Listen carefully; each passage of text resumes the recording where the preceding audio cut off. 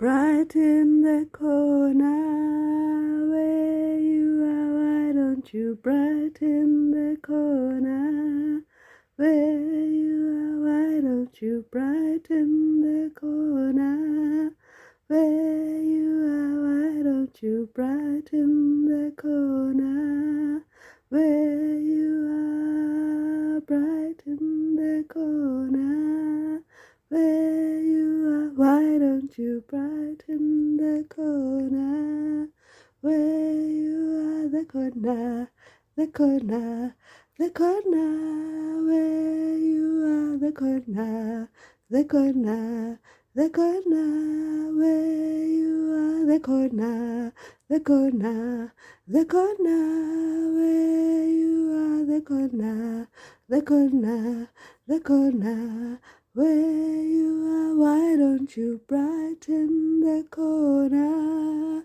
where you are? Why don't you brighten the corner where you are? Why don't you brighten the corner where you are? Why don't you brighten the corner where you are? The corner, the corner, the corner where you are. The corner, the corner, the corner where you are.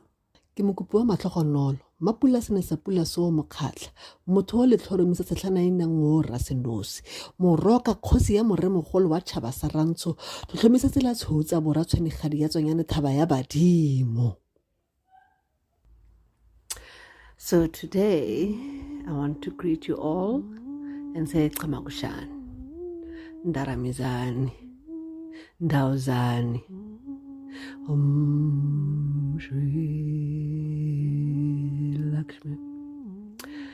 Today I want to talk to the issue of African cosmology, the cosmology of Alkebulan, for the children of Alkebulan that are descendant from Batswana.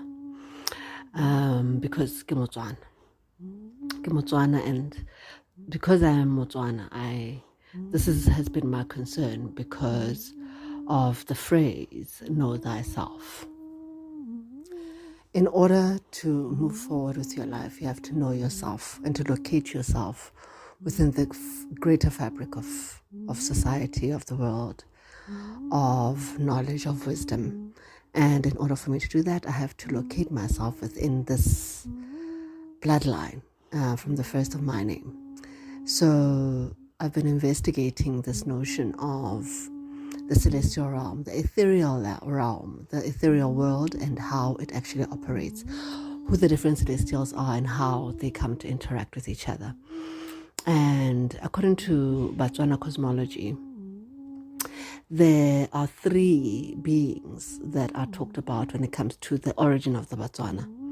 First, there is Loe, who is said to be Modimo wa Batswana, a word for Modimo wa Batswana. Then there's Matsieng, who was said to be very large, very tall, a giant so tall that their first footstep was found in Dinokana, and then the next one was found in Taung, having emerged from Lotlhaka la Ngwanatsatsi, which is in Muchudi, which is a cave that is said to be from where all beings come from, according to the cosmology of the Batswana.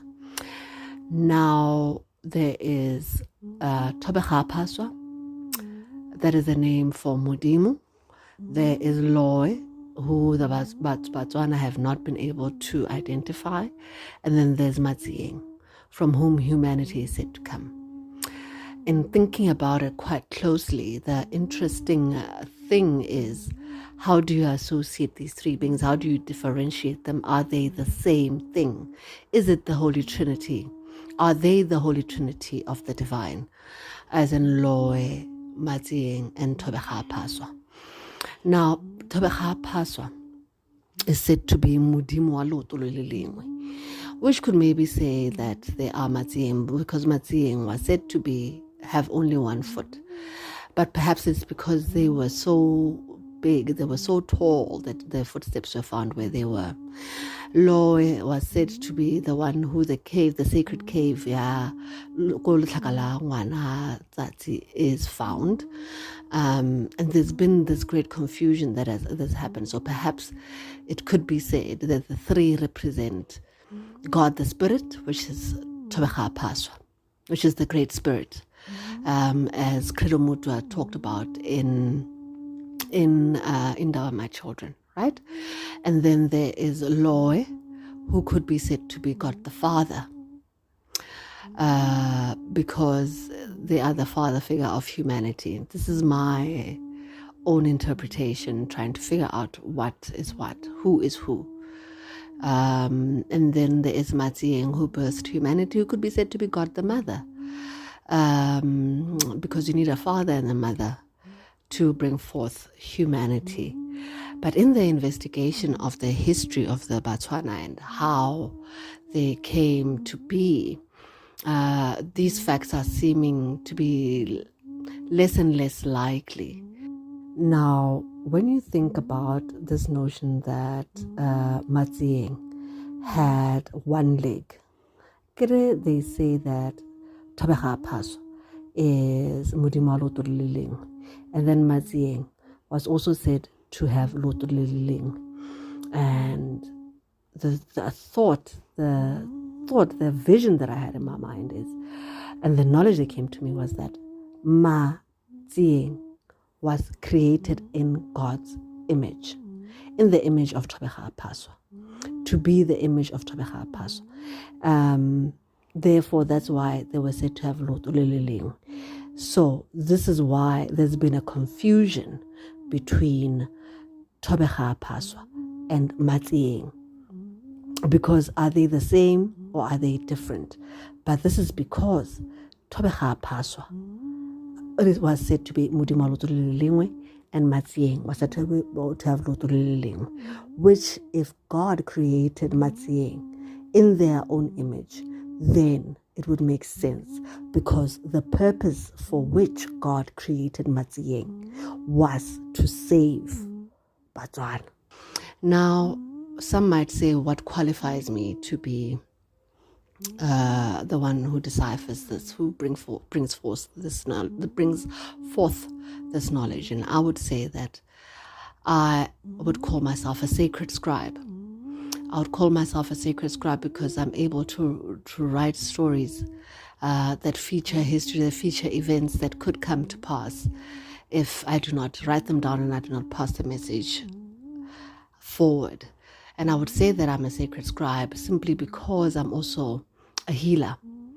I'm a healer, and I'm born of two great authors and storytellers. And the stories that I write are so out of this world that sometimes I think, where did you get this information from? How did you make these connections?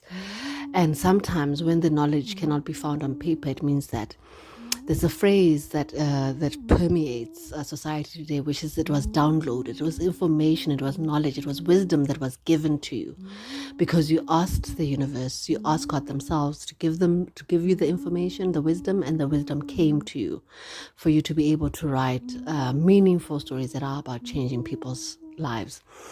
I am a great believer that you do what you can. You brighten the corner where you are.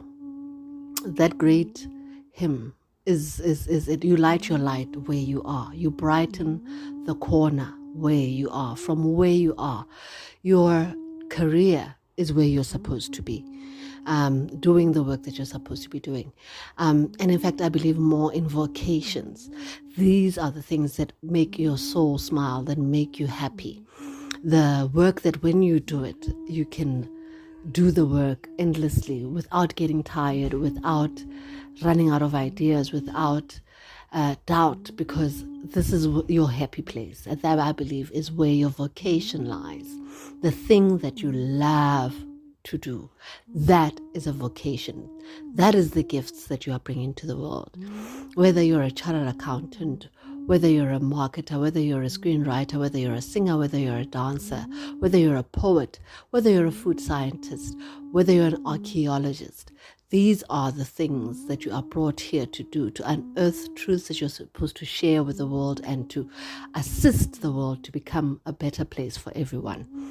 So, in looking at myself and what I love to do, I love to share information in as entertaining a form as possible. Information that empowers, information that moves you, information that makes sense to you, that allows you to change your life in a way that doesn't bore you or that doesn't overcome you. This is why I've come to believe that I am a sacred scribe. I'm a storyteller, I'm a screenwriter. And this is the vocation for which I was born. To share information, to share knowledge, to share an understanding of the world through my own prism that can change the lives of those who the message is meant for. Because all the messages are not meant for everyone. They are meant for specific people. That's why you will say something and some people will dismiss you. Then you go somewhere else and you say the same thing and then everybody's like, yes. Oh my word, I've been wondering. You have just told me or shown me a thing that I've been wondering about. And the way that you have told it is the way, or the way you have shared it, the way you have done this is the way that I've been needing it to be done. Because that is your vocation. That is the role that you're playing in people's lives. This is why I feel that I know that I'm meant to be put here to share this message for you. In the way that I'm sharing it right now. So, in talking about African cosmology and the cosmology of the Batswana and the origin myth, there's these three beings, as I mentioned. There is Loi, there's Matsieng, there's Thobega-A-Phaswa. Thobega-A-Phaswa, there is no other mention of them except that Kimudim. An interesting fact that I discovered while researching all of this, because it needs to be made sense of for us to be able to locate ourselves within the tapestry of the world and the cosmology and the universe, to be able to bear influence on the world so that it may change to support all of life and create peace, harmony, and prosperity for all. This is my aim.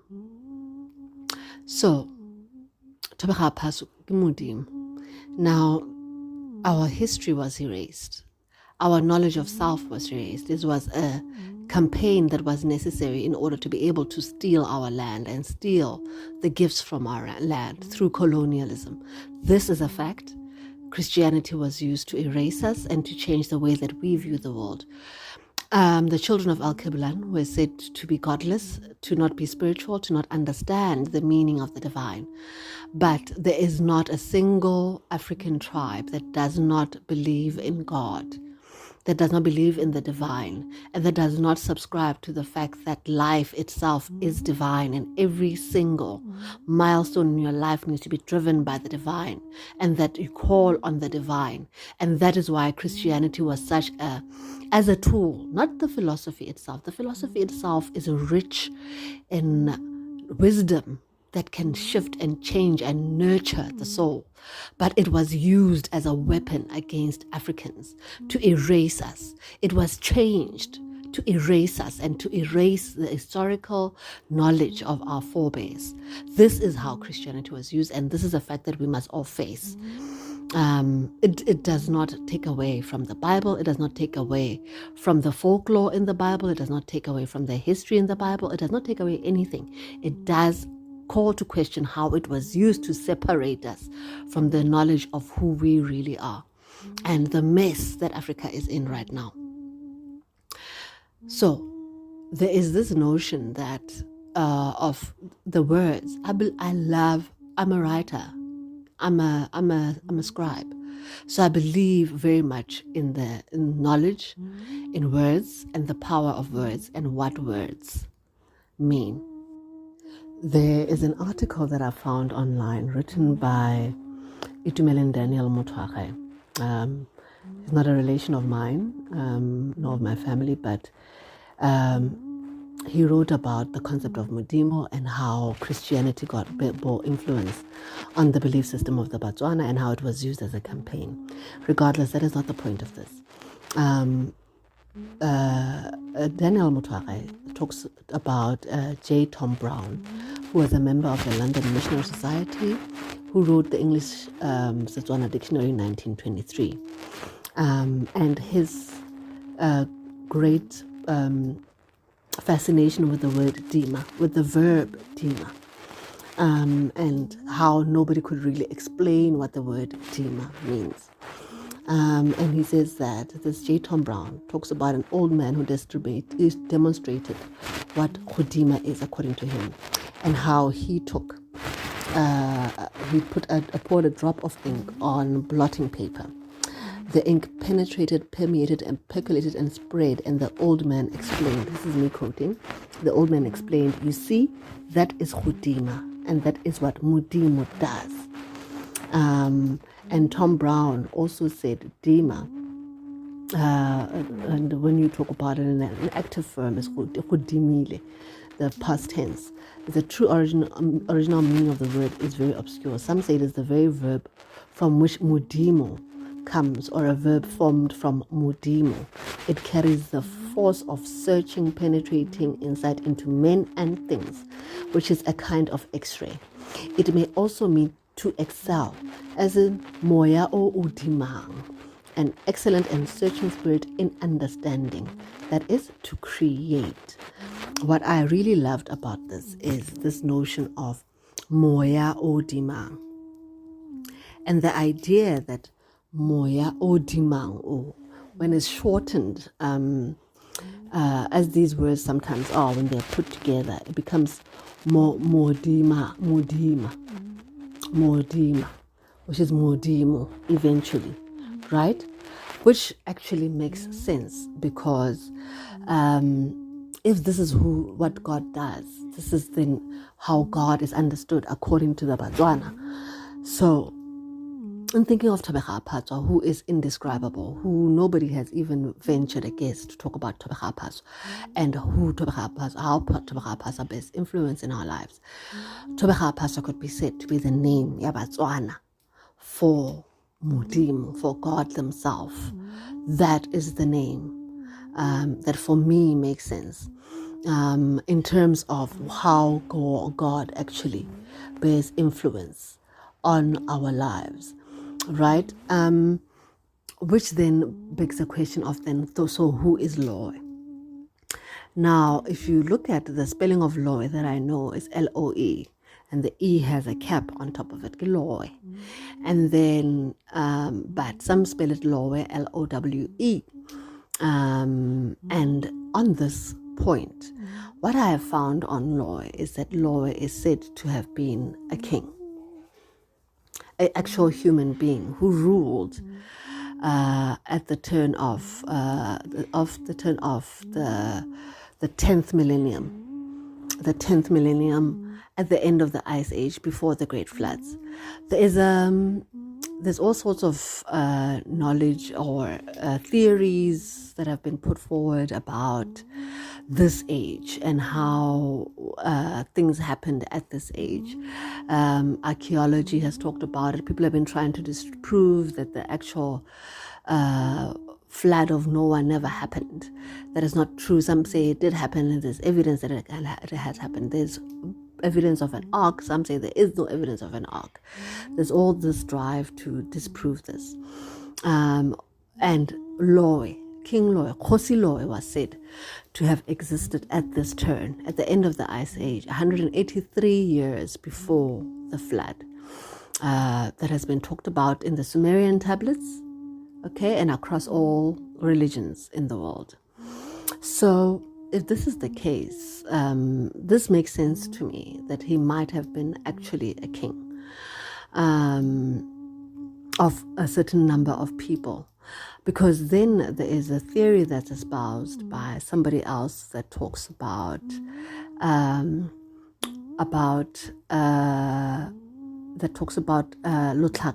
Langwana Tsatsi, which is the cave from which humanity is said to have come under the guidance of Khosi Loe and Matsieng.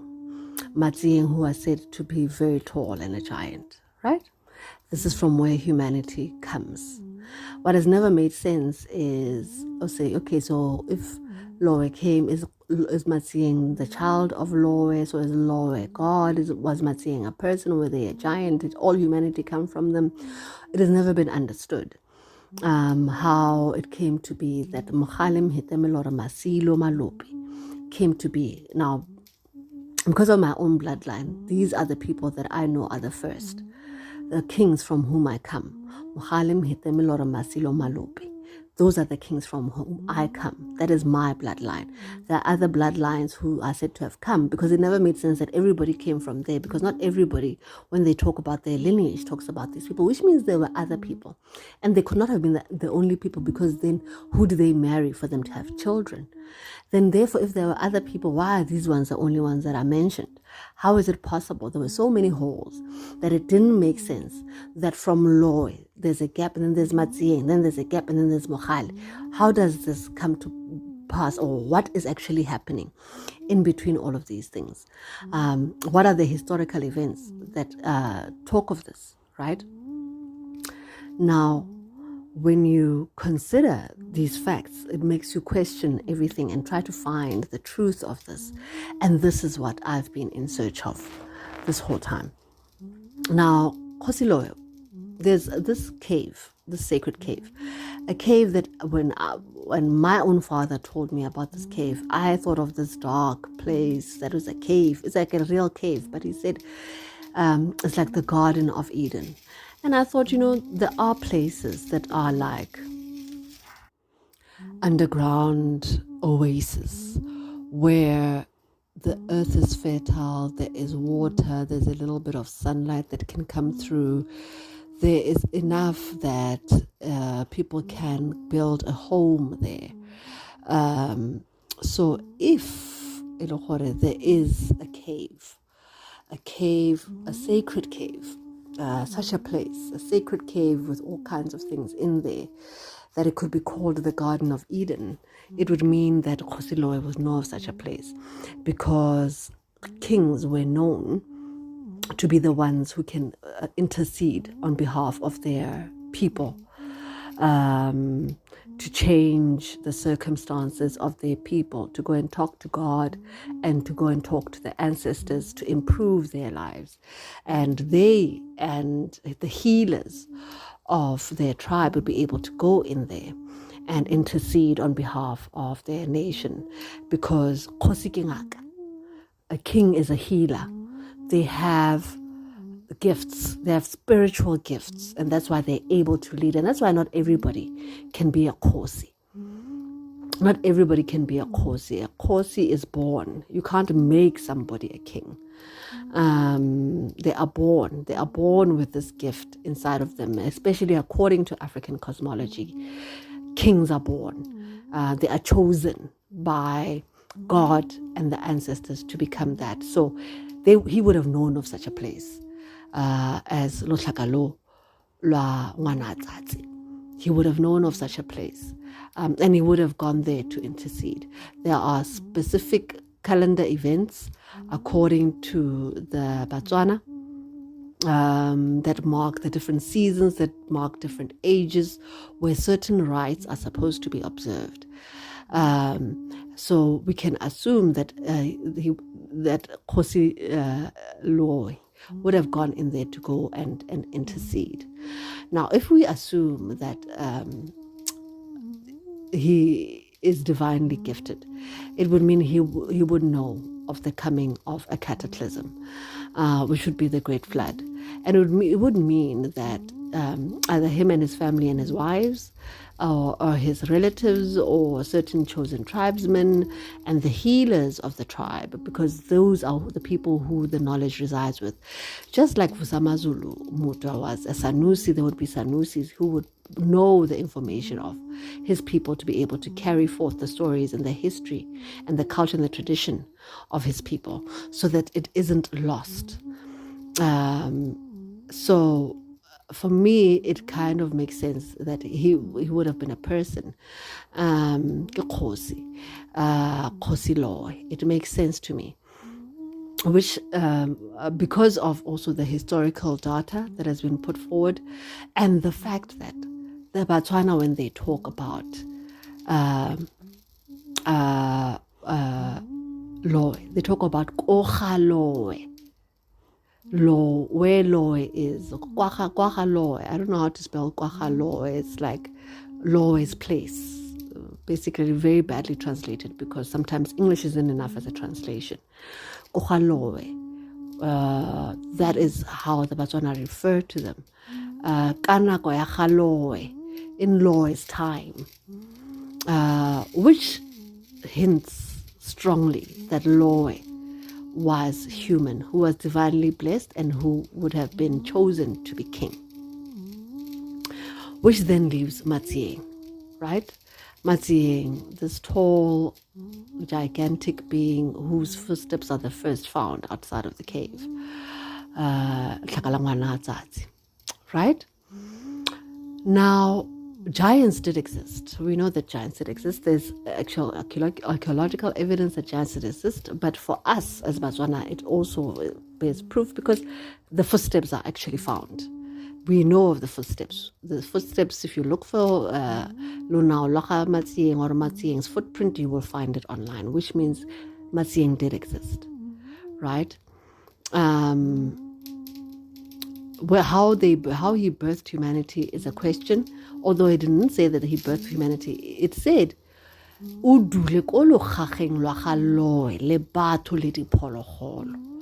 which means that Matsieng exited from the cave with people and animals, right? And was a person of great strength. So, and then from them, it is not clear whether these people come from Loy or Matsieng, because sometimes they talk about them coming from Loy, sometimes they talk about them coming from Matsieng, the Batswana, coming from Loy or coming from Matsieng, which begs the question, okay, there are stories of very tall ancestors within my own tribe who were known to be very tall as telephone poles, very tall, very skinny, all of these things. And perhaps the age of giants was true, and perhaps that was when the genes mutated and people started becoming of what is known in the modern time as modern human beings of the size that we know right now.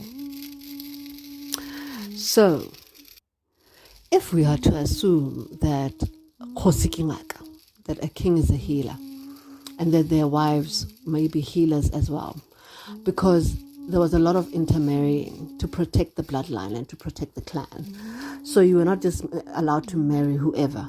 You are supposed to marry people from certain bloodlines because that is what is going to retain the sacredness of the bloodline of the king, of the king's bloodline. So if Matsieng was also royal, and both Matsieng and Loy were giants, it's possible that humanity did come from there, from both of them. And that's why sometimes they talk about Matsieng being the mother or the father, and Loy being the father.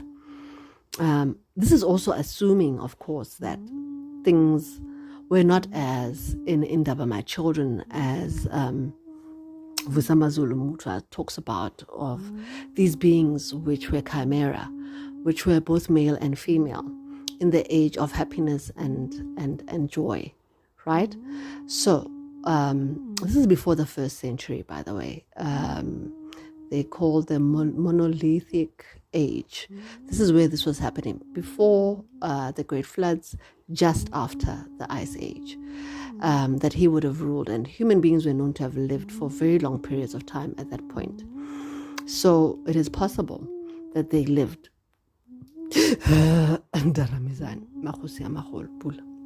that this is when they were alive. They were living for long periods of time, and they birthed humanity. Therefore, Matsieng and Loy may necessarily have been divine humans that have been put on earth to rule humanity and ensure the survival of the Batswana, so that they can start birthing themselves and populate the world. Now, the story goes that this is how I'm imagining it's the story playing out, right? So you can imagine that Jose Loy has been ruling the Batswana for whatever period of time, and he has known that he has been told, because there's always a prophecy about you will save your people, you will have to save your people, you have to stand up against a great evil that is due to wipe out the world, and you're expecting that it might be a brick war, or you're expecting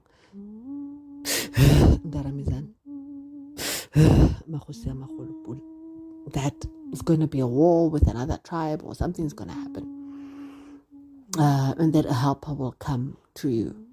And at the same time, there is this birth, right? Unbeknown to him, there's a birth. There's a birth of a divinely blessed child, Matsi, whose fate it is to save humanity, and whose fate it is to marry Loy and to save the Batswana. Because if you think about how isolated people were, it could have been assumed that the Batswana were very isolated, and maybe they might not have known. I mean, there would have been small family gatherings and all of it, like small family groups. There could have been a royal group or whatever it is, where Matsieng is born and is divinely blessed. And I'm saying that they were divinely blessed simply for the reason that Matsieng is said to be Modimo wa leoto le le lengwe. But Modimo wa leoto le le lengwe is Thobega-A-Phaswa.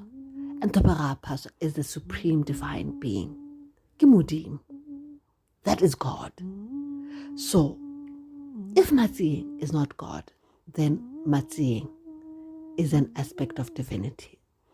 God themselves, Thobega-A-Phaswa themselves, birthed themselves through whichever human woman or Batswana as Matsieng, right? Birthed themselves as Matsieng. And just like Loy, Matsieng knew that her fate is to save the Batswana from a great evil that is going to befall them. Right? So now, this is how life in the Batswana runs. Right? Life in the Batswana runs is that at a certain time during the harvest, that as all the virgins will go and dance for the king, so that the king can choose a bride. And the king knows he's supposed to choose a bride for himself, or whatever it is. And if the king is a wise king, as Khosilo has proven to be, then he would have gone to go and consult with those in the winds, those that have gone before, those that are sleeping, and God themselves, Thobega-A-Phaswa themselves, to say, who should I choose? How will I know them? What will speak to me? How will I know the wife? Because the wives that I've chosen, you have said, are not the wives who are going to help me to save the Batswana from the evil that is coming. And at this point, it would have been known that Matsieng is divinely gifted. You know, maybe there was great strength. Maybe it was a great of foresight and prophecy, or maybe it was a gift of healing. But if, let's say, that only the chosen grow tall in this tribe, or whatever it is, because like we actually don't know. The other footsteps that are found around Matsieng's footstep are of normal human beings and normal animals. And if Matsieng was a giant, right, and Loy was a giant, then it might have been a prophecy that they will be as big as you, or their presence will be felt. They will be unavoidable. They will blot out the sun. Something along those lines, right? So it will mean that this woman is taller than all the other women at this point where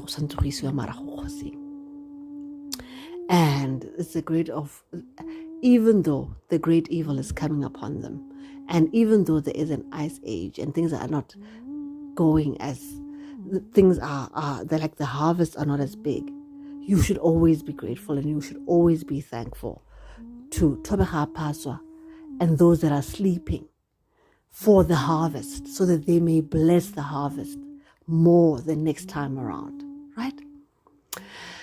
And the young maidens come. The young maidens come to dance or whatever it is, and then Matsieng is among these young maidens, or maybe it's the final troop, and Loy is looking for this person, and he has consulted and he's waiting to see the one who will help him to save the Batswana from the great evil that is coming. As the young maidens sing and the old women sing and the king Makau, what is Makau in English?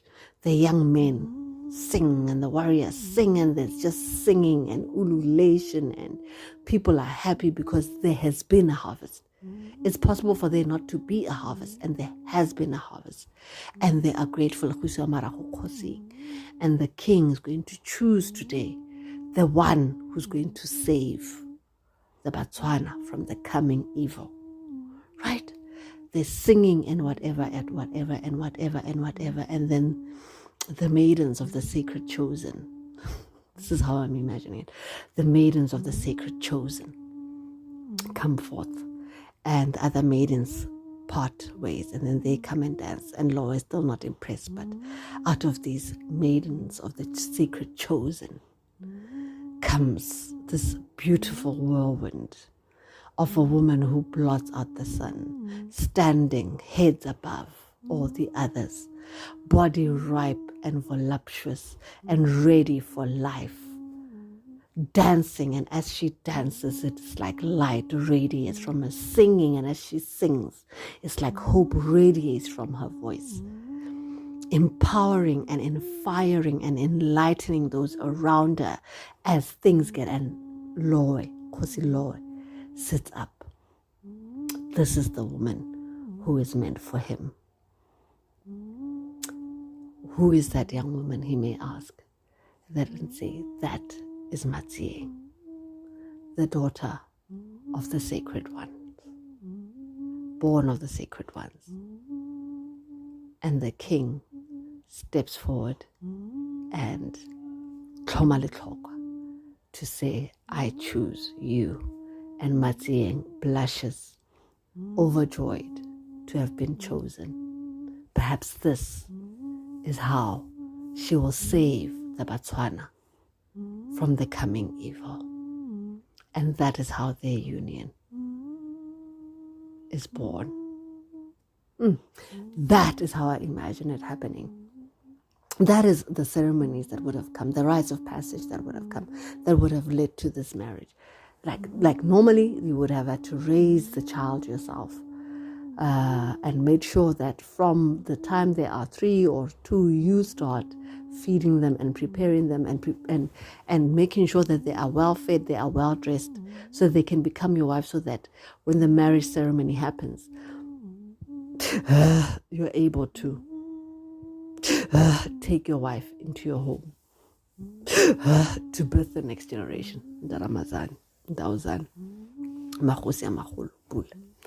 And this might be what he had done, but because of the coming trouble, perhaps it is that because of the coming evil, he has not paid attention to the growth of his bride-to-be. He has forgotten of his bride-to-be, chosen from the sacred ones. He has forgotten about this because he's trying to come up with a plan, and he's stressing because he knows the time of the coming evil is coming. The evil that is said they will wipe out the Batswana if he does not find molekane o siameng, molekane mokapelo wa gagwe, the one who can help him to save the Batswana. And on this day, when he is troubled, when he is hoping from a sign from above, this is when Matsieng steps forward, ready and ripe and willing and eager to take her place, to save the Batswana from the coming evil, a knowledge that she is also aware of. And as she dances, their eyes meet, right, in the clearing, as dust flies around her, sparkling in the sun as she sings and enraptures everyone about her, as light radiates from her, as joy radiates from her, as she dances for her king. This is how she is chosen. And this becomes the birth moment for the saving of the Batswana from the coming evil. The great union of Loy and Matsieng. Now, once they're married, Loy and Matsieng, you can imagine the great hope that fills the land, that maybe they will be saved from this great cataclysm that's coming, this great darkness that is coming. But the prophecy remains the same, and nothing is getting better, even though Matsieng has been taken as the wife, the one who will come to save them. Right? And you can imagine the events that will take place as a result of this. But the two of them know that their destiny is still their destiny, and they still have to fulfill this destiny, which is to save the Batswana. You can imagine, this is how I'm imagining, because I'm a sacred scribe. This is the vision that I'm having as I'm thinking about what could have happened, is that Loy goes to Lotlaka, Langwanatsatsi, with Matsieng and the other healers to go and intercede on behalf of his tribe, because something has changed at the end of the Ice Age. As we know, there was great drought, it was very cold, people were suffering, there wasn't enough food, and all of this kind of stuff, and things were not going well, and they needed an intercession from Thobega-A-Phaswa to fix things in their lives. And when they get there, whatever rituals they're performing, you can imagine the sacred incense that's burned, the fires that's burned, the fasting that's happening, the music that is sung, the trances that are being gone into to go beyond the veil, to get the information on how to save everyone. And then it is revealed to them that no, the world is coming to an end. The world will end in flood. And there's a great flood that's coming. And that Loy has to take people, just as Noah did, into the cave and protect them. And protect them from the flood that's coming. That will wipe out humanity, right? And there wasn't a lot of people at that point in time. And if things were as bad as what it is described as, when you look at the age of the Ice Age, then people were dying like flies. So they might not have been, although that many people in the tribe, they might have been able to fit in that cave. I have no idea how big the cave is. It is still my intention to go into the cave, to go to the cave and see how big the cave is, to go and see what it was like in there, how big it is, the people that went in there with Loy just before the flood came. This was people of great belief, that believe that God knows everything, that God can take you to a place and take you out of a place, that God knows all, that God is a midwife, that God is an enlightener, that God is a savior, that God, Thobega-A-Phaswa, can materialize and fix anything if you are willing to listen, right? This is the God of whom I speak, right? Because God, according to the Batswana, right, is known as many, right? That God is one. There's no plural to God, right? There is no plural to God. God is one. And that God is supreme. God is above all else. Thobega-A-Phaswa is above all else. God is intangible, thirdly. You can't touch God, right? You can't touch God. That's why the Batswana talk about Modimo ga o itsewe. God is unknown. You can never know the depth and breadth and width of God. God has never been seen, and is inscrutable. God can manifest himself as phenomena, as lightning, as wind, as thunder, as fire. That's how God manifests. This is the ancient beliefs of the Batswana. God is also known as Modimo ke Motlhodi, right? God is the creator. He's the source root. He's the source from which everything springs. God is the source from which everything springs. They are the source from which everything springs. Because in Setswana, we have no she or he. Ke o.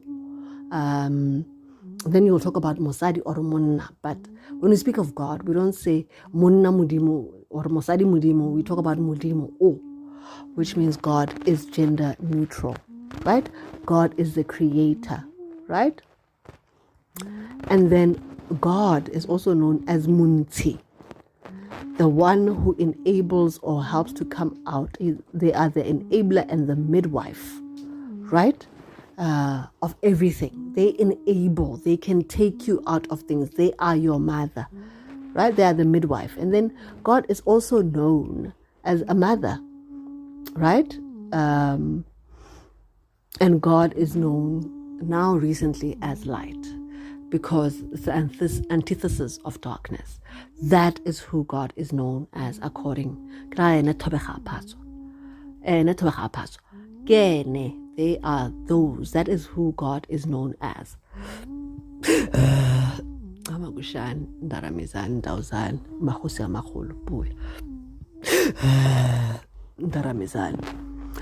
That is who God is known as to the Batswana.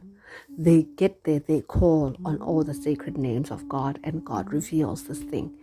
And Khosi Lord knows that this is about to happen and takes the people into the cave, and that's how they are saved, and that's how they come out of the cave later. When Khosi Lord tells Matsie that the time has come, probably because resources are running short, because they are in this Garden of Eden, the cave, and resources are running out. There's water, everybody is bathing, relieving themselves, eating, drinking, slaughtering, everything in this sacred cave. They are defiling the cave. The cave's nature is changing and dying as a result of all this humanity that is in there, that is not meant to be in the sacred cave. And the time comes when Loi, probably either weakened or old, instructs Matsie to break through and go out and see what is in the world, and so that they may exit, because they've received a sign of some form. And Matsie breaks through the barrier that they put in place to protect them from Tlhakalangwana. Now, you can imagine the great fear when the flood comes, because water of that strength will create earthquakes, will create all kinds of things. And the thing that I actually thought of a lot was, during this age, was like crashing of tectonic plates and all of this kind of stuff. There would have been earthquakes. The Batswana talk about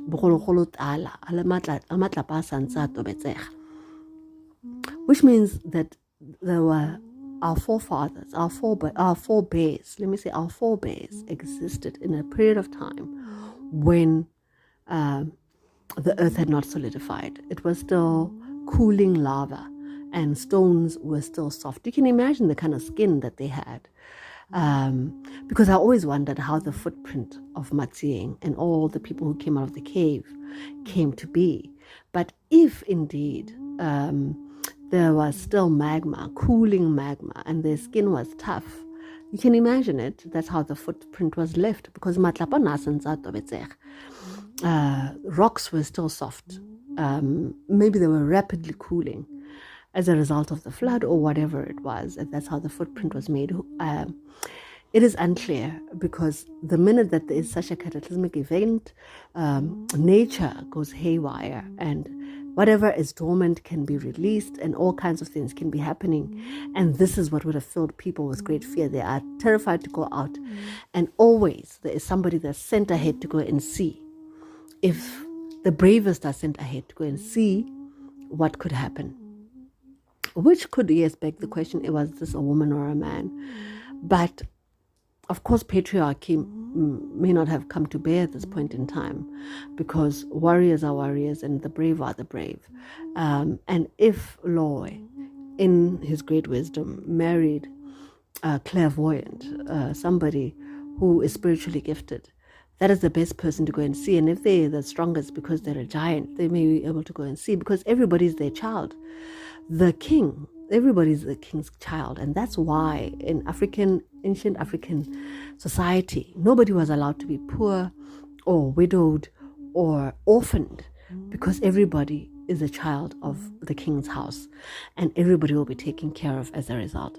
So Matsieng broke through the barrier, took the first step, which ended up in Dinokana, the second step, which ended up in Taung, and saw that it was fine, and turned back to go and grab everybody out of the cave. So now, if you think about this explanation, there's a truth that runs through it, from historical evidence that can support this idea that really these three beings, that's who they were. Yes, Loy and Matsieng were divinely gifted as the leaders of their people, because you needed to be extremely divinely gifted in order to lead your people through such a cataclysmic event and ensure the birth, the continuance of humankind, right? You had to be you have to be extremely spiritually gifted. But Thobega-A-Phaswa is the great supreme being. Ke ene moya o dimang. Ke ene moya o dimang. Ke ene modimo wa Batswana. Thobega-A-Phaswa. So in this instance then, that makes sense. According to my own perspective, in trying to make sense of this, where the other celestials come, if you think about it, in Setswana, your parents are living ancestors. And by your parents, I mean the parents who bore you and their siblings. They are your living ancestors. They are your living ancestors. And then there is the departed who are sleeping, who are your ancestors, from both sides, going back to the first of your name, whoever that may be. Those are ancestors. And then there's Thobega-A-Phaswa, who is Modimo, right? And as the bloodlines merged and people migrated across the world, this came with the introduction of other tribes who were blending and being included into your own tribe. And that's why you'll have Matebelaga Mogali, because then Mzilikazi's people settled, who were running away from Mzilikazi, settled with Mogali in the mountains of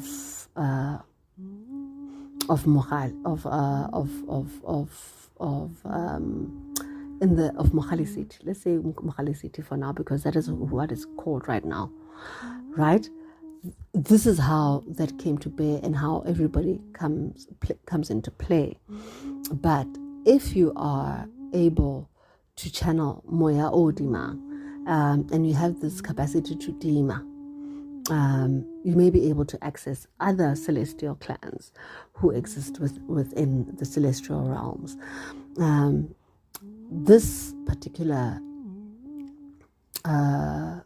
recording is meant specifically to try to clarify the notion of Thobega-A-Phaswa, Loy, and Matsieng.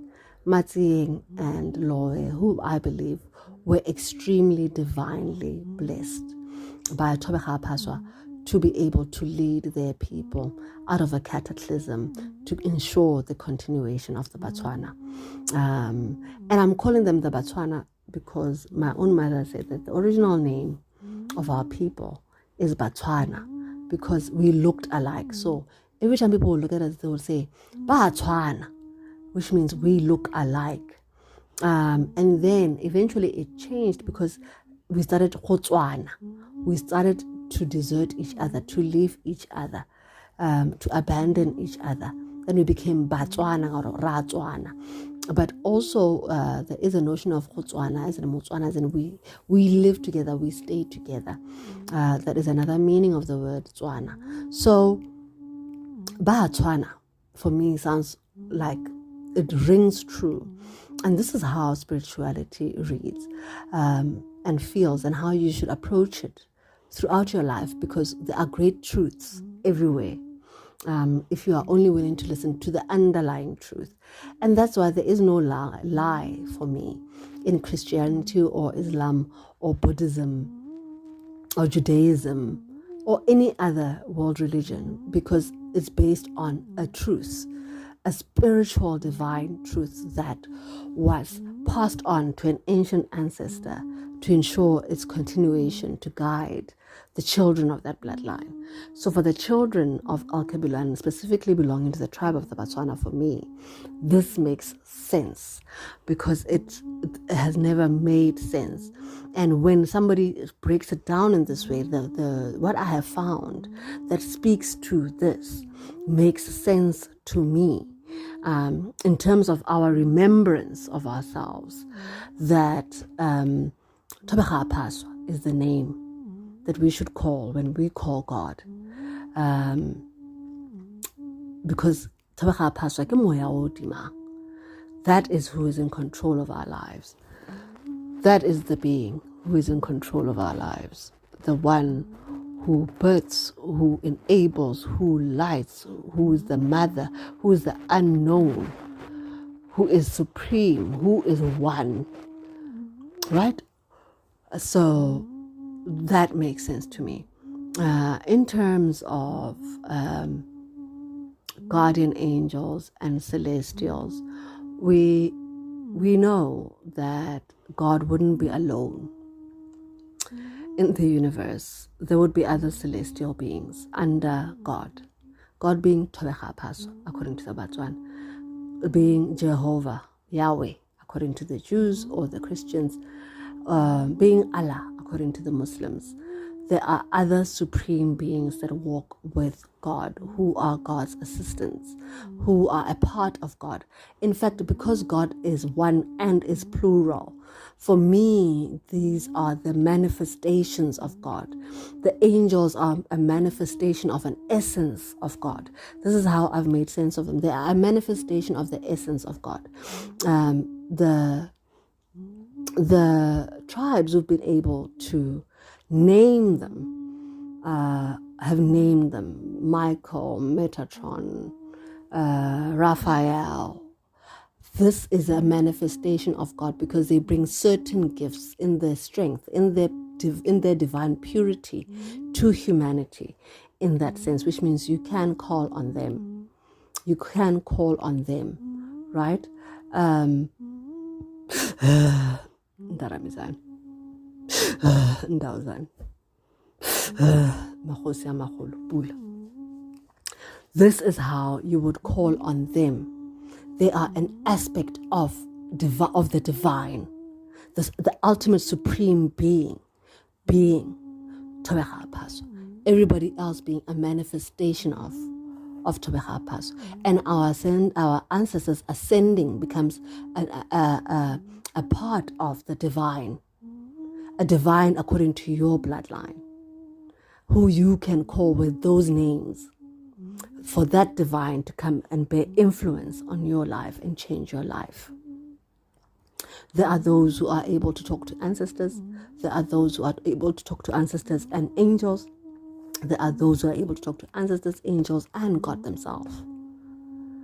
This is how it works. And kings are able to talk to the ultimate supreme being, Thobega-A-Phaswa. There are ancestors who are able to talk. There are healers who are able to talk to God themselves. But not every healer can talk to God themselves. It does not belie their gifts. It does not diminish their gifts.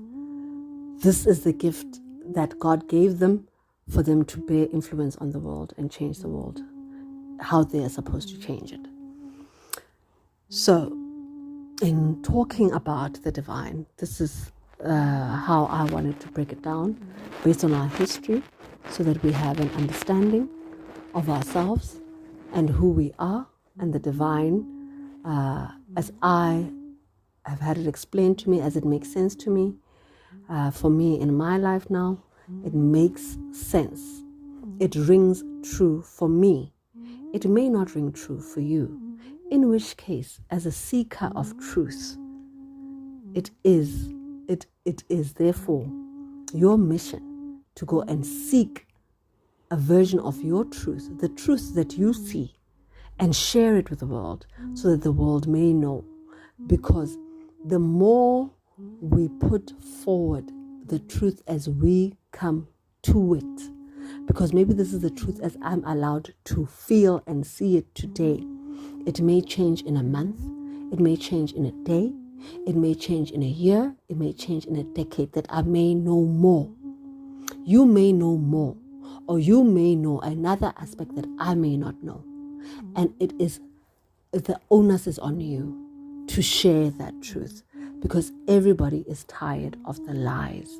Humanity is tired of the lies. We're tired of the lives that we're living that are a big lie.